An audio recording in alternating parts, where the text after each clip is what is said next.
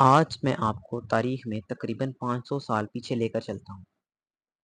آج جہاں جنوبی امریکہ کے ممالک پرو، چلی اور ارجنٹینا واقع ہیں، وہاں پر آج سے 500 سال قبل ایک بہت بڑی سلطنت ہوا کرتی تھی جس کا نام تھا انکا امپائر۔ یہ ایک بہت عظیم الشان سلطنت تھی، اس کی آبادی لاکھوں میں تھی اور 1 لاکھ کے قریب ان کی فوج بھی تھی۔ لیکن یہ لوگ جدید نظریات اور نئی چیزوں کے مخالف تھے۔ وہ جنگ وغیرہ بھی اپنے پرانے آباء و اجداد کے ہتھیاروں سے کرنا پسند کرتے تھے اور نئی چیز کو وہ ایک بری نگاہ سے دیکھا کرتے تھے۔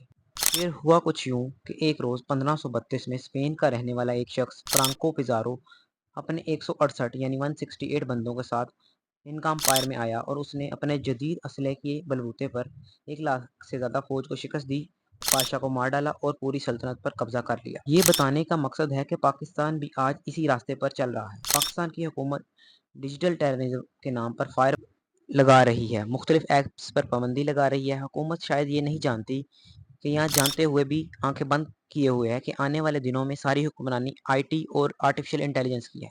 یہ ضرور ہے کہ ان کے ساتھ کچھ مسائل بھی جڑے ہیں، لیکن اگر ہم انہیں بند کر دیں گے تو ہم بھی دنیا سے کٹ جائیں گے اور پھر ادھر سے آنے والے مسائل کا سامنا کیسے کر پائیں گے؟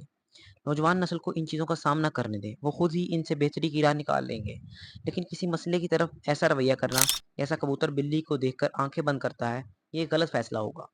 مثال کے طور پر آپ دیکھیں، جب یورپ میں صنعتی ترقی کا دورہ تھا تو جاپان نے خود کو باہر کی دنیا کے لیے بند کر رکھا تھا، کیونکہ اس سے انہیں لگتا تھا کہ جاپان کا کلچر اور ثقافت متاثر ہوگی۔ لیکن اس بندش کی وجہ سے جاپان روز بروز پیچھے جاتا گیا۔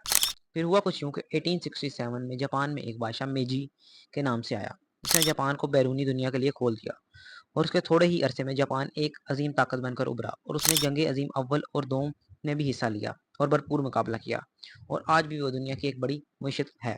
لیکن اس کی ثقافت اور تہذیب آج بھی زندہ ہے۔ تو کلام کا حاصل بحث یہ ہے کہ مسائل کا سامنا کرنے سے حل نکلتا ہے، نہ کہ آنکھیں بند کر لینے سے۔ تو پاکستان اور پاکستان کی حکومت کو اس معاملے میں سوچنا چاہیے کہ فائر وال اور بین کرنے کے بجائے عوام کو اس کا سامنا کرنے دیں۔ اگر ان کو یہ مسائل لگتے ہیں تو ان کو کسی اور بہتر طریقے سے ڈیل کرنے کی کوشش کریں۔